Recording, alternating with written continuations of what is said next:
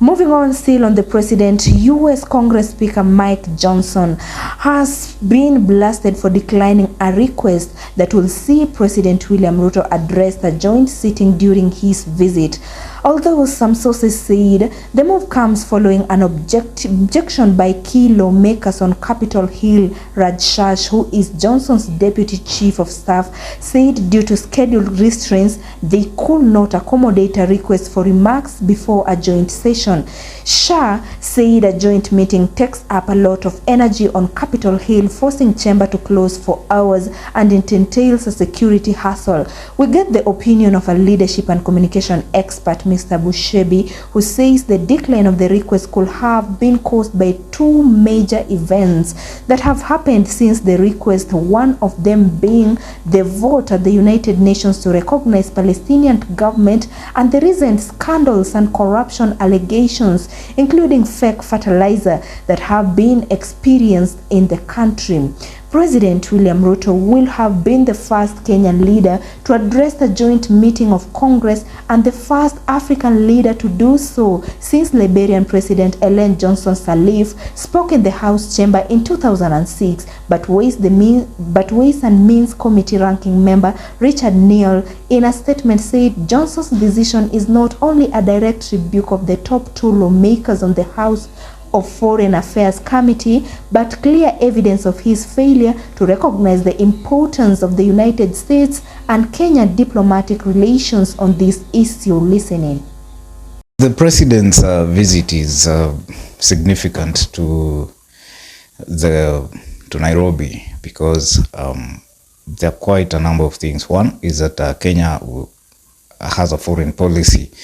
The foreign policy will help the country sell its agenda, and for example economically, and to strengthen the ties between the United States and Nairobi, and which is something good, especially economically, but at the same time it strengthens Kenya's position in the global world, in the global circles, to present Kenya as a strong ally to the United States of America. So there's quite a lot, and the markets is everything. We as Kenyans are looking forward to the deliverance of the economy. So his visit will spell hope, number one, and number two, to sell our foreign agenda to the United States. And the United States is not just any other country. Remember, United States is a superpower, and that will benefit the country. And many people expected the speaker to allow the president to address the Congress, which is not the case. The speaker declined the request. Most Kenyans really wanted to see maybe the president could have been among the top or the first leaders in Africa to address the Congress. Why do you think the speaker rejected the request? First, the speaker, through his deputy staff, I think, communicated that the president will not be given a chance to address the joint house, the bicameral house in the United States. That is a big blow to the president and to Kenya. And I think quite a number of important people have offered their sentiments on the same.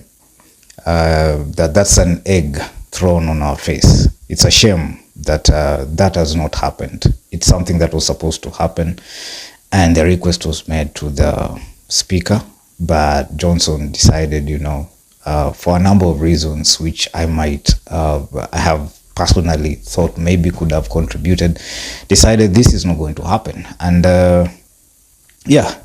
it's a shame on the president's side, on the government of President William Ruto, that he will not be able to get that chance to, after 18 years, to address the joint house in the United States. That, if it would have happened, would have cemented Ruto's position in the world as one of the greatest African leaders. Anything you say in that joint house carries the weight of the world. The whole world will be listening to you, and it's an opportunity, a platform to sell Kenya, a platform to cement your leadership, a platform to put Kenya on the map as a respected country. So that didn't happen, and there are quite a number of reasons, in my own opinion, that I think could have led to that. We all remember that the UN some few days ago, before the statement came out, and America is sensitive after counting on you as a strong ally, and of which Kenya has been counted as a strong ally of the United States. You remember even during the invasion or the war between Israel and Hamas, Kenya was on the side of Israel, and Israel is a strong ally of US. And so something happened during the voting of assimilation of Palestine, or the Palestinians, back to UN to have a position or a seat in the UN. And around 149 or 143 or 149, if I'm not wrong, I stand to be corrected, countries voted that Palestine should be given another chance to have a seat at the UN. And that spells a lot of threat to Israel that does not recognize Palestine as a country. And so that is what happened. 143, to be precise, voted for Palestinian to join the US. And among them, funny thing is that among 143 countries that voted for Palestine to join UN is Kenya. And immediately after that, President William Ruto was denied a chance to address the bicameral house, the US. I think for me, it's one way of telling President William Ruto, if you're an ally of US, you have to stick to that. Because US, I think, abstained or voted against, and Israel, of course. And so US and Israel are always together. And Kenya, for Ruto perhaps to have obtained that chance, Kenya would have voted against.